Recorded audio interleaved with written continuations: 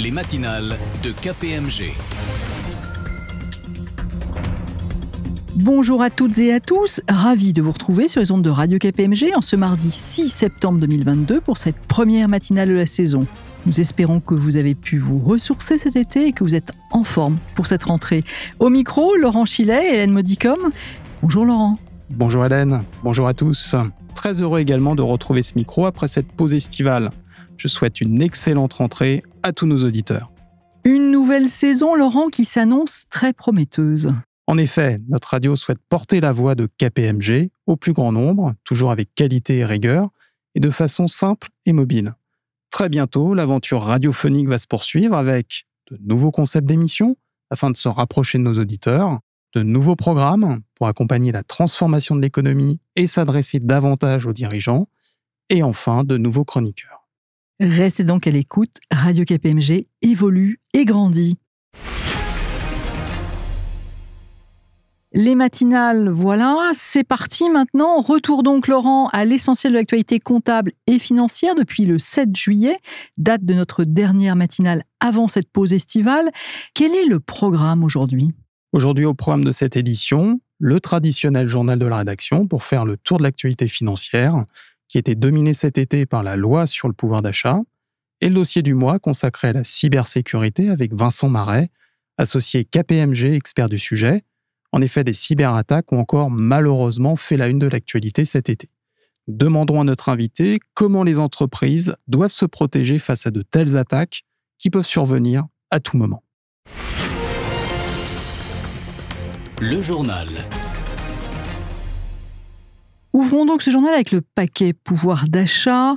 Au cœur de l'été, les parlementaires ont entériné ce paquet pouvoir d'achat, comme on l'appelle, qui comprend à la fois le projet de loi de finances rectificative pour 2022 et également des mesures d'urgence pour la protection du pouvoir d'achat. Tout à fait, Hélène. Et fort logiquement, certaines dispositions ciblent les entreprises et d'autres les particuliers.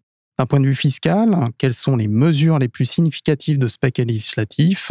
C'est ce que nous avons demandé à Marie-Pierre Haut, avocate et directrice de la doctrine fiscale de KPMG Avocats. Le paquet pouvoir d'achat voté cet été comprend tout d'abord deux mesures phares présentées par le gouvernement. D'une part, la contribution audiovisuelle est supprimée dès 2022 pour les particuliers comme pour les entreprises. Et d'autre part, la prime de partage des profits, ex-prime dite Macron, est pérennisée. Elle sera exonérée des contributions et cotisations sociales à la charge de l'employeur comme du salarié, dans la limite de 3 000 € par an et par bénéficiaire. Et cette limite sera même doublée dans certains cas lorsque l'entreprise a un accord d'intéressement ou conclut un tel accord au titre de l'exercice. Le plafond de la prime est donc triplé et on peut relever qu'une exonération sociale s'appliquera, quelle que soit la rémunération du salarié, et ce de façon rétroactive au 1er juillet dernier. L'exonération fiscale sera quant à elle temporaire et réservée à certains seulement des salariés. Par ailleurs, la loi de finances rectificative pour 2022, autre volet du paquet, prévoit une série de mesures pour soutenir le pouvoir d'achat des ménages via la révision de certains seuils ou plafonds d'exonération qui sont applicables à des éléments de rémunération des salariés. Citons par exemple l'exonération d'impôt applicable aux heures supplémentaires qui va passer de 5 000 € à 7 500 € par an à compter du 1er janvier 2022, ou encore la limite de l'exonération fiscale et sociale accordée au titre de la prime transport et du forfait mobilité durable qui passe, elle, de 500 à 700 € par an pour les années 2022 et 2023. Dernier exemple peut-être, le rachat par un salarié de tout ou partie des jours de RTT qui seront acquis entre 2022 et 2025. Quelles sont les autres mesures intéressant les entreprises, Laurent ? Nous avons également interrogé Marie-Pierre Haut, mais en fait, vous allez l'entendre Hélène, très peu de mesures dans ces deux textes visent les entreprises. Seules deux dispositions intéressent les entreprises. La première, la loi de finances rectificative pour 2022, prévoit la généralisation de la facturation électronique entre assujettis à la TVA, ainsi que l'instauration d'une transmission obligatoire à l'administration des données de transaction, et tout cela entrera en vigueur de manière progressive à compter du 1er janvier 2024. En réalité, ce n'est pas une mesure nouvelle puisque le texte est identique donc à celui pris par ordonnance le 15 septembre 2021, ordonnance dont la ratification par la loi de finances 2022 avait été sanctionnée par le Conseil constitutionnel comme n'ayant pas sa place dans un texte de loi de finances. Rien de neuf sur le fond donc. Seconde mesure concernant les entreprises, l'instauration d'une mesure anti-abus au dispositif temporaire d'amortissement des fonds commerciaux. Vous vous en souvenez, on en avait parlé dans les matinales. La loi de finances pour 2022 a mis en place pour les fonds commerciaux acquis entre le 1er janvier 2022 et le 31 décembre 2025 un dispositif temporaire de déductibilité fiscale des amortissements constatés dans la comptabilité. Cette possibilité, elle s'applique à l'ensemble des fonds acquis dans le cadre d'une opération de cession à titre onéreux, ainsi qu'à ceux reçus dans le cadre d'apports de fusion. À compter du 18 juillet 2022, les entreprises qui acquièrent des fonds commerciaux auprès d'entreprises liées ne pourront pas bénéficier de la déduction fiscale de l'amortissement de ces fonds. Peu de mesures, en effet, ciblent les entreprises. Enfin, dans cette actualité fiscale estivale, on ne peut pas passer sous silence la question de la taxation des super profits, Laurent. Vous avez raison, Hélène. Après l'annonce en juillet de bénéfices records de certaines entreprises, dans un contexte inflationniste et d'érosion du pouvoir d'achat, une taxe sur les super-profits a été évoquée. Cette mesure exceptionnelle verra-t-elle le jour ? Nous avons également sollicité Marie Pierrot sur cette question difficile. Alors, il faudrait pouvoir lire dans le marc de café de Madame Arma, mais ce qu'on peut dire aujourd'hui, c'est que dans une interview qui a été donnée dans un journal économique quotidien le 1er septembre dernier, notre ministre de l'économie s'est dit opposé à la création d'une taxe sur les profits exceptionnels des multinationales. Cela étant, on peut anticiper que cette question, elle va revenir en force lors de l'examen du futur budget 2023, et c'est seulement à ce moment-là et à l'issue des discussions qu'on verra si la contribution de ces multinationales pourrait ne pas être fiscale. Voici ce que nous pouvions vous dire à ce jour sur ce paquet relatif au pouvoir d'achat, étant précisé que les aspects sociaux de ce texte seront présentés dans l'émission des sociales que Radio KPMG diffusera cette semaine, le 8 septembre. Et puis, comme le dit l'expression consacrée, le diable se cachant souvent dans le détail, il sera nécessaire de revenir plus précisément sur ce projet de loi de finances rectificative pour 2022 et sur les autres dispositions pour la protection du pouvoir d'achat. Et nous le ferons dans l'émission Les Fiscales, diffusée le 22 septembre prochain. Avant de refermer ce journal, Laurent, quelles sont les principales publications de cet été ? Parmi les publications estivales majeures, je citerai le numéro d'IFRS en bref de juillet, une publication qui présente les derniers développements en matière d'IFRS, et la publication de l'ESMA sur le reporting électronique, avec des précisions concernant le macro-balisage des annexes, qui sera obligatoire pour les exercices ouverts à compter du 1er janvier 2022. De son côté, KPMG met à votre disposition un modèle d'état financier tagué au format ESEF. Ceci peut servir de base de référence aux émetteurs concernés par cette réglementation. Et bien entendu, toutes les publications KPMG sont en ligne sur notre site internet. Nous tenions également à vous faire part d'un événement KPMG à noter dans vos agendas. Tout à fait, Hélène. Nos auditeurs doivent noter et surtout s'inscrire à notre conférence Arrêter des comptes. Cette année marque d'ailleurs le retour du présentiel. Nos conférences se tiendront à la salle Gaveau le 22 novembre prochain pour les entreprises industrielles et commerciales et le 23 novembre pour les établissements financiers et les assurances. Les inscriptions s'ouvrent aujourd'hui. Il s'agit d'un rendez-vous incontournable pour bien préparer votre clôture annuelle. Allez donc vite vous inscrire, et pour s'inscrire à ces conférences, c'est très simple. Rendez-vous sur notre site kpmg.fr. Ce journal est maintenant terminé. Je vous retrouve tout de suite avec notre invité. Le dossier du mois.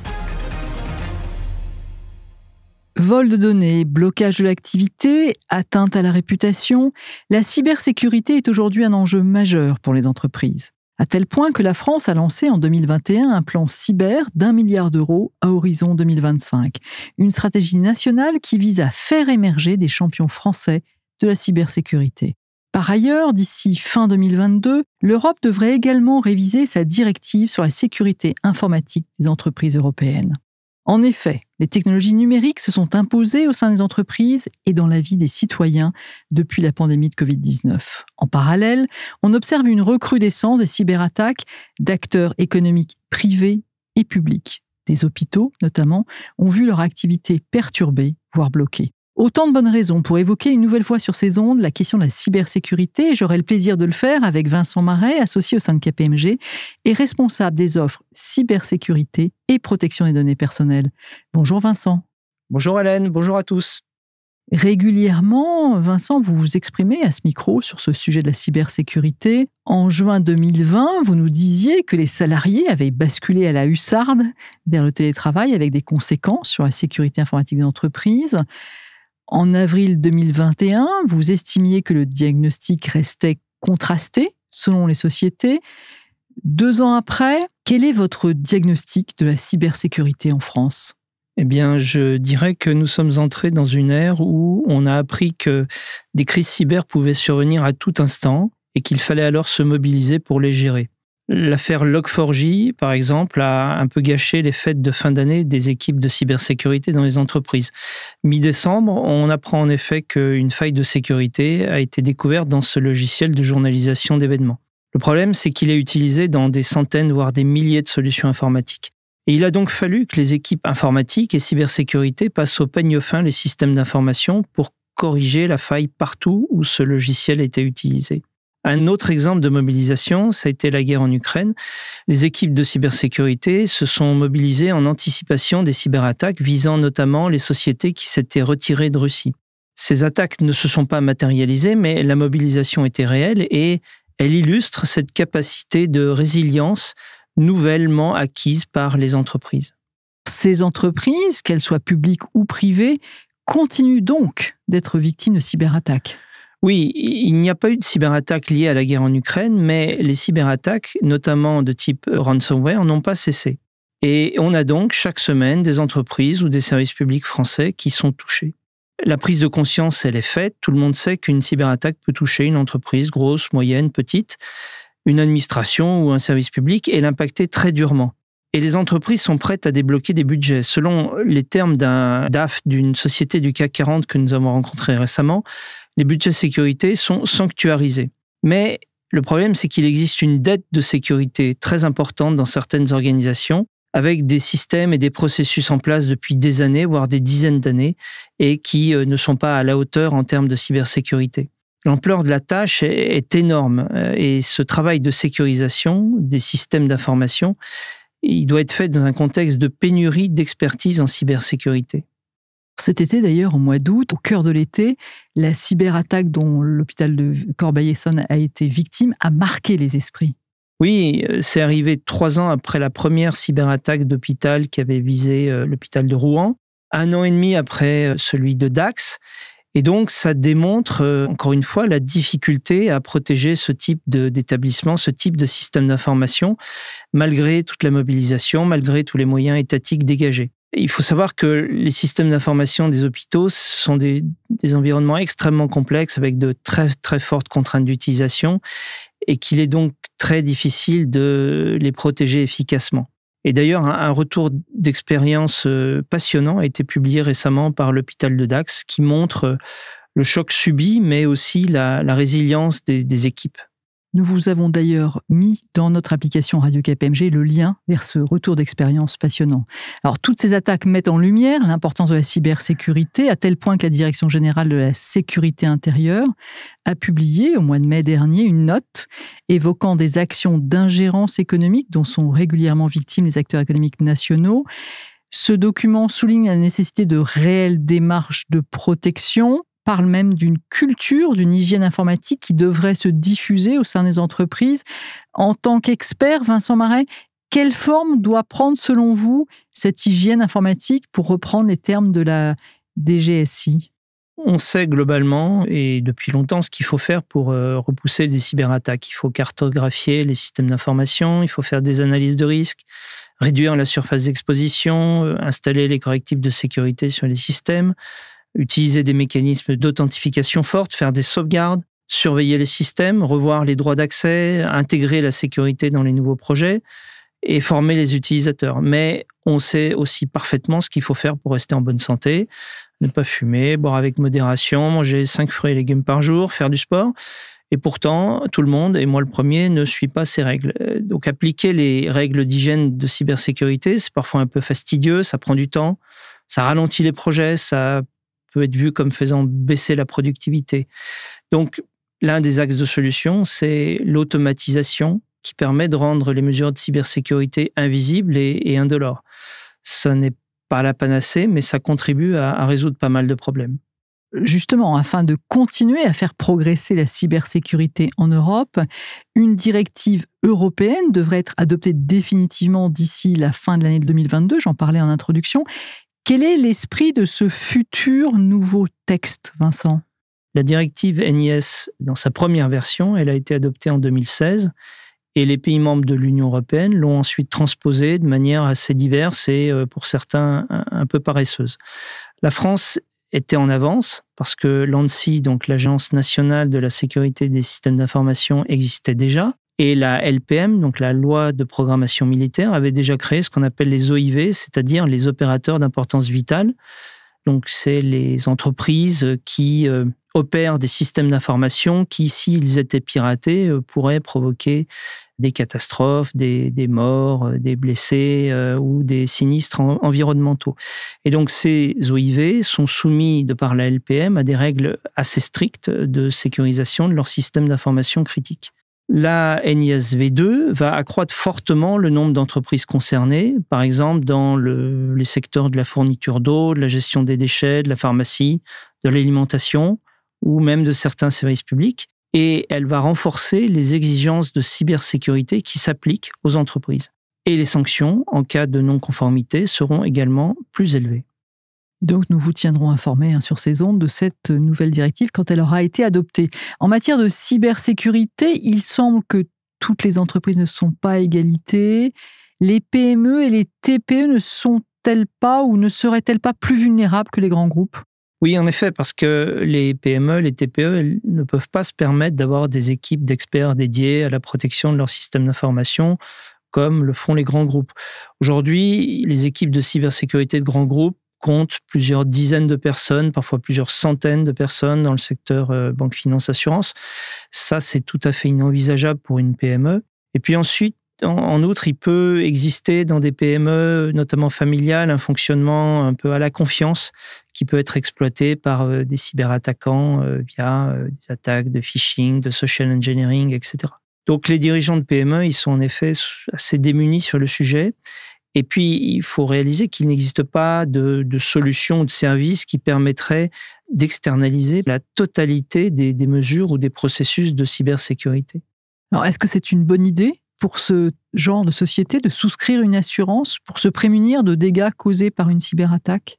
Je dirais qu'il faut regarder les choses au cas par cas, parce que l'explosion des cyberattaques, du nombre de cyberattaques à partir de 2020 a très fortement perturbé le marché de l'assurance. Donc les assureurs ont revu leurs offres en termes de primes, de couverture, d'exclusion, de franchise. Et en gros, ça coûte beaucoup plus cher d'avant pour beaucoup moins de couverture la plupart du temps. Donc il faut faire l'analyse des risques cyber auxquels l'entreprise est soumise, estimer les pertes potentielles, les probabilités d'occurrence et puis mettre ça en perspective avec les offres de cyberassurance et voir si ça vaut le coup. Il faut donc considérer les choses. Alors, souvent, les cyberattaques viennent de l'extérieur, mais parfois, elles sont causées aussi par des imprudences internes. Oui, la tâche d'un cyberattaquant, elle est plus aisée que celle d'un défenseur, parce qu'un attaquant n'a qu'à trouver un chemin d'attaque, alors qu'un défenseur doit bloquer tous les chemins d'attaque potentiels. Donc, souvent, en effet, c'est une personne qui clique sur un lien de phishing, ou qui choisit un mot de passe facilement devinable, ou qui oublie de mettre une protection sur des fichiers chargés dans le cloud. Donc la solution, c'est la défense en profondeur qui inverse la difficulté, parce qu'à ce moment-là, l'attaquant doit franchir toutes les protections pour arriver à son but. On arrive au terme de cet entretien. En tant qu'expert de la cybersécurité, quels conseils pratiques, quels messages clés pourriez-vous prodiguer aux entreprises, à leurs dirigeants, à tous ceux qui nous écoutent ? Il y a 3 points qui me paraissent importants aujourd'hui. Le premier, c'est prendre en compte les impacts que les cyberattaques peuvent avoir sur l'activité de l'entreprise au-delà des systèmes d'information et pour pouvoir mettre en place ensuite des processus qui permettent d'assurer globalement la résilience de l'entreprise et la poursuite de son activité. Le deuxième point, c'est de diffuser au sein de l'entreprise une culture de la cybersécurité auprès des employés et du management pour prolonger les mesures qui sont mises en place par l'équipe cybersécurité et les rendre plus efficaces. Et le dernier point, c'est, on en a un peu parlé, de rendre la cybersécurité plus efficiente via l'automatisation, pour notamment libérer des ressources dont on a vu qu'elles étaient rares et les affecter à d'autres projets où elles seront plus utiles. Vincent Marais, un gros merci pour cet éclairage. Vos équipes sont donc à votre disposition pour vous accompagner dans le domaine de la cybersécurité et également de la protection des données personnelles. C'est la fin de cette émission. C'est avec grand plaisir que nous vous retrouverons le mardi 4 octobre prochain pour une nouvelle édition des matinales de KPMG. D'ici là, nous vous souhaitons une nouvelle fois une très bonne rentrée à toutes et à tous. Les matinales de KPMG.